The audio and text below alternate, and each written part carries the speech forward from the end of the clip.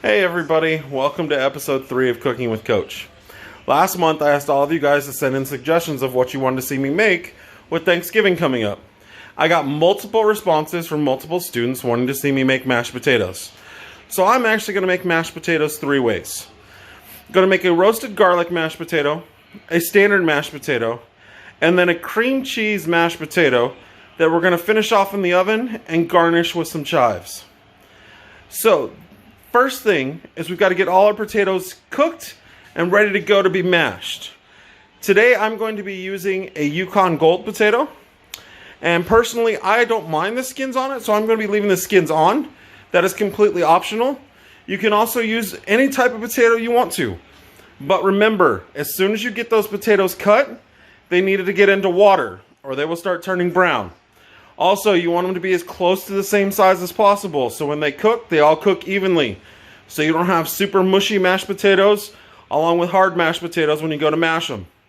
So I'm going to get all that done and I'll see you guys in a few minutes. Alright, so I've got all my potatoes cut. They're in the water on high heat. Remember, just like when we were doing the pasta, you want that water to be salty just like the ocean. So a quick view right here. You can see all my potatoes in a large pot of water getting ready to boil. We're going to boil those until they are fork tender. You want to be able to take a fork and shove it straight through that potato. If there's any resistance whatsoever, they're not done yet. I will see you guys once the potatoes are done.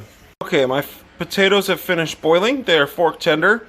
So now start the multiple varieties we're going to make.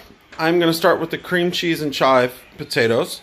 I'm going to take some of my potatoes out and drain them, leaving the rest of them still sitting in water till we get to the other varieties. I don't want my potatoes to cool down on me and become extra starchy, so I'm going to leave them in the water while I work with the other ones. As far as amounts, at this point everything's basically going to be to taste. You're going to take your ingredients and you're going to add as much or as little as you want. Everybody's preference on how creamy they like their potatoes or what kind of flavor they like is totally personal preference. So at this point, what I'm going to use is I'm going to use my machine to mash up my potatoes. If you have a KitchenAid, you are going to want to use your whisk attachment. Make sure you're using your beater attachment. The whisk is going to give you those silky, fluffy mashed potatoes that you're looking for. So I'm going to start with roughly a pound of cooked potatoes, and I'm going to add a half a bar of cream cheese and a half a stick of butter, and we'll see where we are from there. Alright, so I'm just going to take my potatoes out. I'm actually going to strain them right over the top of my other potatoes. As you can see, they're starting to fall apart. They're nice and tender. And like I said, this is kind of a guessing game at this point.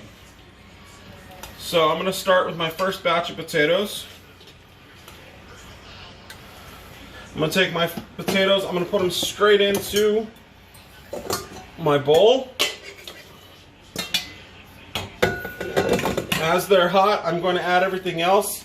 It's important that you get everything in while it's still hot, because the heat of your potatoes are going to break down that cream cheese and also going to break down that butter.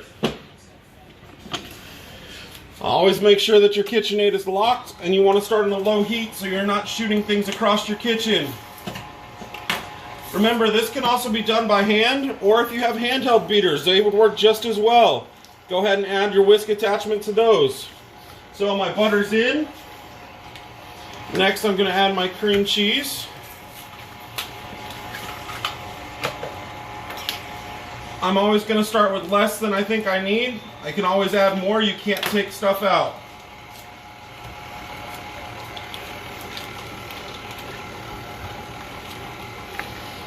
Alright, I'm going to turn that up a little bit.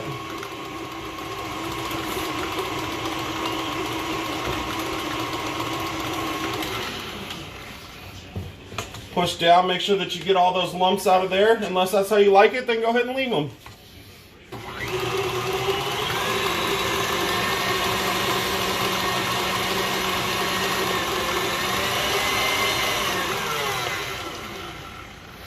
Alright, then the key ingredient to making sure that you have great mashed potatoes is always taste test.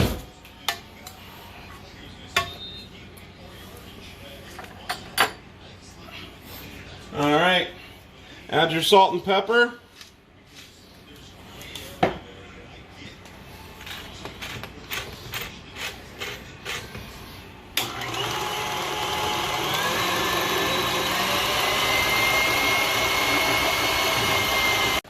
So the next thing I'm going to do is, I'm going to get a little fancy just for fun. I'm going to take some of my potatoes here. I'm going to put it into a Ziploc bag that I've put a tip on. So the normal recipe calls for you just to shove this in a baking dish, put it in the oven under the broiler till the top gets brown, and then serve it and add your green onions. But just to get a little fancy and show off, I'm going to do a little different technique here. So I'm going to come over here, and I'm going to pipe my potatoes, and cut. Alright, so let's try that again. I'm going to pipe my potatoes into a fun little pyramid.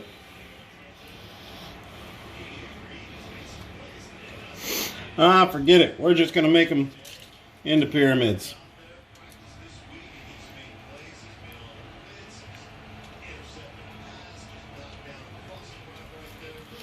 Alright, next thing we're going to do, I got a fun handy dandy little blowtorch here.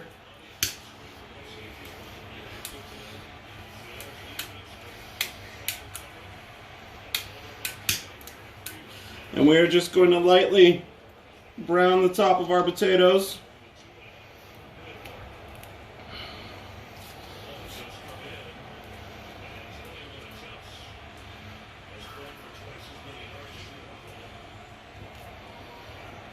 As you can see, we're just trying to get a nice little color on them here. It's also going to create a little crispy outer edge for everybody. Once we get these crisped up, we're just going to add a little bit of green onions to the top, and these will be ready to serve. Alright, the next thing I have here is I have some roasted garlic that I made earlier. All I did was cut the top off the garlic, add some olive oil on top, wrap it in aluminum foil, and put it in the oven for 40 minutes. You're looking for the nice golden brown color, and to be able to put a knife right into the middle one and it be nice and soft. So now all you're going to do is squeeze the garlic straight out of there and get all that garlic goodness. I happen to like garlic, so we're going to use 2 garlics on ours today.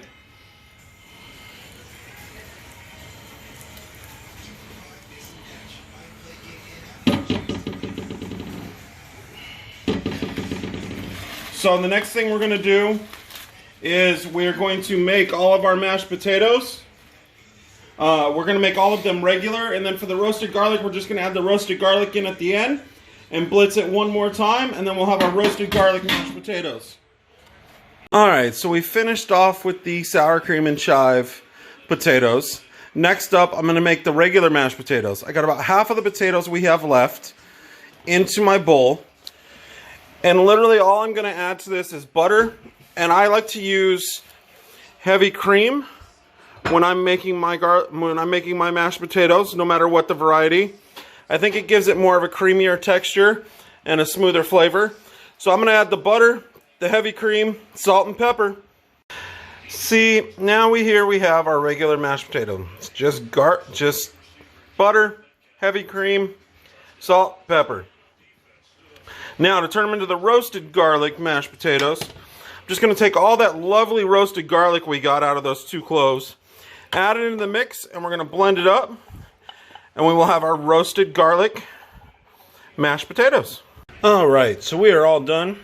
We have our cream cheese and chive potatoes that I decided to go a little fancy on. We have your roasted garlic mashed potatoes. We have your regular mashed potato. Now remember, any flavor you want to put into your mashed potatoes is okay, if that's a flavor you like. It's all going to be the basic. Potatoes, a little bit of butter, and something creamy. Whether it's heavy cream, cream cheese, sour cream, all to give it that creamy texture. And guys, remember, if you're going to do any cooking at home, make sure you have permission from mom and dad. Also, if you have any questions on any kind of cooking, send it to me. I will gladly answer them. And also, if there's anything you want to see in December, make sure you send me an email. And last but not least, if you haven't been sending me your steps, get them sent in. Have a great month of November. Have a great Thanksgiving. And be ready for part 4 of Cooking with Coach coming in December.